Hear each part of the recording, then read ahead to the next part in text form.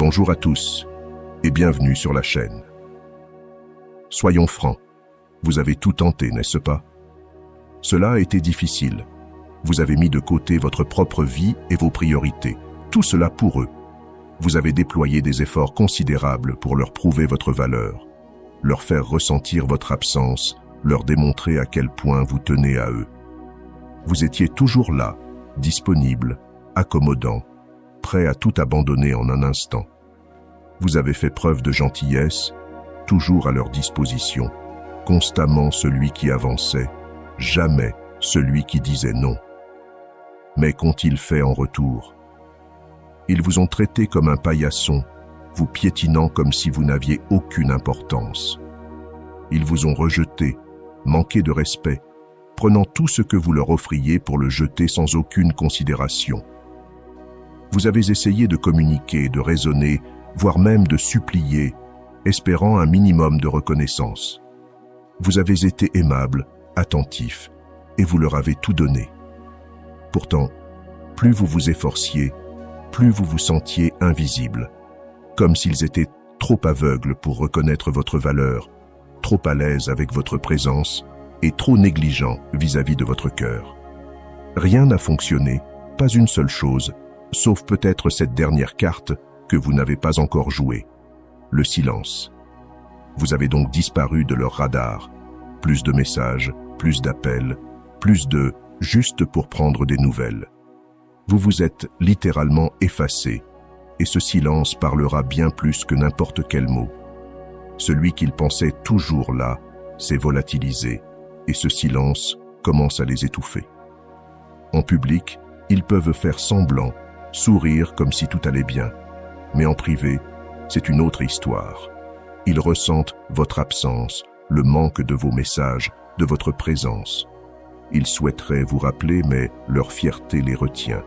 Ils regrettent en silence, se remémorant chaque instant où ils vous ont pris pour acquis, réalisant qu'ils ont perdu quelque chose qu'ils ne retrouveront jamais. En public, ils sourient, mais en privé, ils ressentent ce vide, ce poids accablant de ce qu'ils ont perdu. Dans ce moment où ils éprouvent du regret tout en portant un masque en public, vous devez rester ancré, leur laisser ressentir ce regret. Affirmez-le avec moi. Le silence est mon super pouvoir. Répétez-le avec conviction. Le silence est mon super pouvoir. Croyez-moi, c'est un pouvoir authentique. Avant de poursuivre, je vous invite à cliquer sur le bouton « J'aime » si nos enseignements font une différence dans votre vie et à écrire l'affirmation du jour dans les commentaires « Le silence est mon super pouvoir ». Commençons. Numéro 1. La prise de conscience que vous êtes parti. Nous y voilà au premier stade de leur parcours, le moment où ils réalisent que vous êtes parti. Ne sous-estimez pas la puissance de ce moment.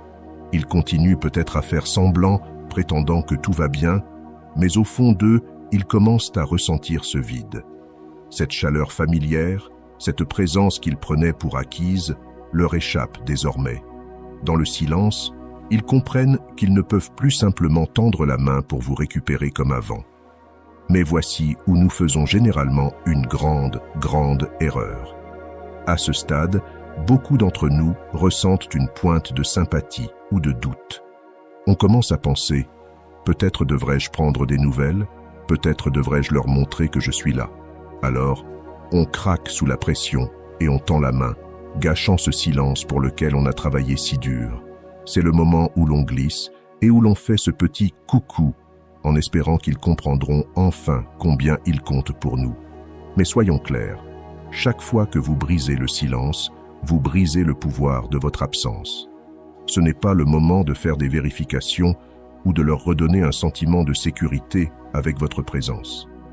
Le silence, c'est leur laisser faire face à leurs propres pensées, leurs propres erreurs, leur propre vide. Et puis, il y a une autre erreur que certains d'entre nous font. Penser que notre seule mission est d'attendre, regarder notre téléphone en espérant qu'ils réalisent enfin ce qu'ils ont perdu. Mais laissez-moi vous dire, le silence ne consiste pas à mettre votre vie sur pause en attendant qu'ils remarquent votre absence. Non, le silence, c'est reprendre toute cette énergie que vous leur avez consacrée et la rediriger vers vous-même. Il s'agit d'avancer dans votre vie, de travailler sur vous, de devenir plus fort, plus aiguisé, plus résilient. Voyez cela comme une occasion de transformation, de devenir la personne qui ne se contente pas d'attendre, mais qui grandit activement, même en l'absence de l'autre. Numéro 2. Le masque de l'indifférence. Cette étape va te toucher profondément. Ils vont faire comme si ça ne les affectait pas, en portant un masque d'indifférence qui pourrait te faire douter de tout. Ils auront l'air calmes, publieront sur les réseaux sociaux, riront avec leurs amis, peut-être même diront qu'ils se portent mieux. Mais tout cela n'est qu'une façade. Fais-moi confiance, c'est souvent la partie la plus confuse et la plus douloureuse du parcours pour toi. Ce masque d'indifférence peut te faire te demander si ton silence a un quelconque effet, ou pire, si tu as jamais vraiment compté pour eux. Soyons clairs, s'ils agissent avec indifférence, cela ne signifie pas qu'ils ne sont pas affectés. Non, pas du tout. Ce masque d'indifférence est souvent la première ligne de défense que les gens adoptent lorsqu'ils sentent un changement de contrôle. Pense à cela comme à une partie de poker. Ils bluffent, prétendant que ton silence n'est rien d'autre qu'un bruit de fond, juste pour maintenir une illusion de contrôle. Ils font semblant de ne rien ressentir, tentant de te faire croire qu'ils vont parfaitement bien sans toi. Et c'est ici que beaucoup d'entre nous tombent dans un piège. On commence à se dire que s'ils sont vraiment si indifférents, peut-être devrions-nous les contacter, qu'ils ne nous manquent peut-être pas du tout. Mais laisse-moi te dire que cette étape est celle où ton silence commence à les atteindre, même s'ils font de leur mieux pour le nier. Comme l'a dit le philosophe stoïcien Épictète, les circonstances ne forment pas l'homme, elles le révèlent. Dans ce cas, ton absence, ton silence, révèlent quelque chose chez eux qu'ils ne sont pas prêts à affronter. Alors, au lieu de faire face, ils portent un masque, agissant comme s'ils s'en fichaient, pour protéger leur ego. Imagine leur indifférence comme un bouclier, quelque chose qu'ils tiennent pour bloquer leurs propres sentiments. Ils espèrent qu'en faisant semblant de ne rien ressentir, tu seras celui ou celle qui cédera en premier, qui reviendra dans leur vie selon leurs conditions. Numéro 3. Ressentir le poids du regret. Maintenant, nous entrons dans une phase à laquelle ils ne peuvent pas échapper, le poids du regret. Au début, ils essayaient de jouer la carte du cool, masquant leurs émotions, mais maintenant, ton silence les frappe comme une vague puissante. Ils commencent à voir le vide, l'absence que tu as laissée derrière toi, et le regret s'immisce comme un invité indésirable qu'ils ne peuvent ignorer. À ce stade, ils vont repenser à chaque moment, chaque occasion qu'ils ont eue, de mieux te traiter, de montrer leur appréciation, de te garder près d'eux. C'est comme s'ils étaient au bord d'une falaise, regardant en arrière tout ce qu'ils ont pris pour acquis. Ils sont tentés par ce qu'ils ont choisi d'ignorer, réalisant que chaque action irréfléchie, chaque moment de manque de respect, leur coûte désormais quelque chose qu'ils ne pensaient jamais perdre. Toi. Comme l'a dit le grand philosophe Sénèque, chaque nouveau commencement vient de la fin d'un autre commencement. En ce moment, ils ressentent la fin de ce qu'ils avaient avec toi, et cela leur pèse profondément. Ils ne le diront peut-être pas à haute voix, mais crois-moi, ils ressentent ce poids. Ce n'est pas juste de la solitude, c'est la douleur de savoir qu'ils avaient quelque chose de réel, de précieux, et qu'ils l'ont laissé s'échapper. Imagine le regret comme une ombre qui les suit, toujours à un pas derrière eux, se rapprochant à chaque moment que tu restes silencieux. Ce n'est pas juste de te manquer, c'est réaliser qu'ils ont fait le choix, consciemment ou non, de te repousser. Et maintenant, sans ta présence, sans le filet de sécurité de savoir que tu es là, ils sont forcés de faire face à la vérité. Ils ont sous-estimé quelqu'un qu'ils auraient dû chérir. Numéro 4. Essayez de te remplacer par quelqu'un de nouveau. À ce stade, ils commencent à ressentir l'impact de ton absence, mais au lieu de confronter leurs propres actions, ils pourraient emprunter un raccourci. Ils commencent à chercher quelqu'un de nouveau, espérant combler le vide que tu as laissé avec une substitution.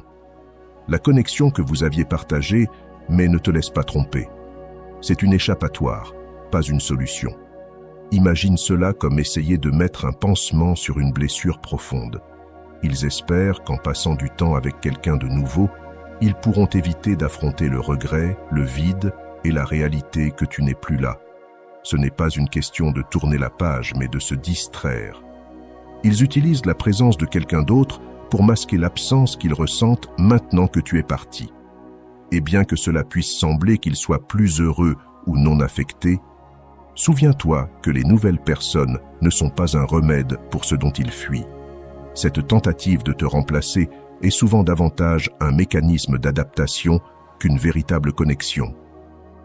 Quand on perd quelque chose de précieux, la première réaction est parfois de trouver un substitut, quelque chose qui comble l'espace sans nécessiter de vraie croissance ou de changement. C'est comme remplacer une pièce cassée d'un puzzle par quelque chose qui ne s'y adapte pas parfaitement, en espérant que cela suffira pour combler le vide. Mais au fond d'eux-mêmes, ils savent que ce n'est pas la solution. Comme l'a dit le philosophe Alain de Botton, les gens ne deviennent vraiment intéressants que lorsqu'ils commencent à secouer les barreaux de leur cage. Au lieu de secouer leurs propres barreaux et de briser leurs limites, ils restent dans cette cage, espérant qu'un nouveau visage les distraira de la vérité. Mais ce n'est rien d'autre qu'une distraction. J'espère que ce message t'a été utile. Si tu as aimé la vidéo, je te serais reconnaissant de laisser un j'aime et de t'abonner. Si tu te retrouves sans mots, écris simplement « Je m'éloigne dès maintenant » pour montrer que tu fais partie de la minorité qui a suivi la vidéo jusqu'à la fin. Merci beaucoup pour ton attention et à la prochaine.